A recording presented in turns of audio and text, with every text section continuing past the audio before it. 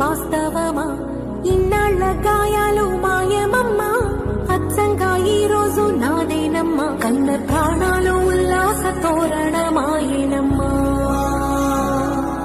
కంటి చెమ్మల్లోనూ నేడు సంతోష ఛాయలమ్మా. నమ్మలేని కలలు నిలిచే కనుల ముందే ఈ నిజము చూసి కాలమిప్పుడు కదలను అంది.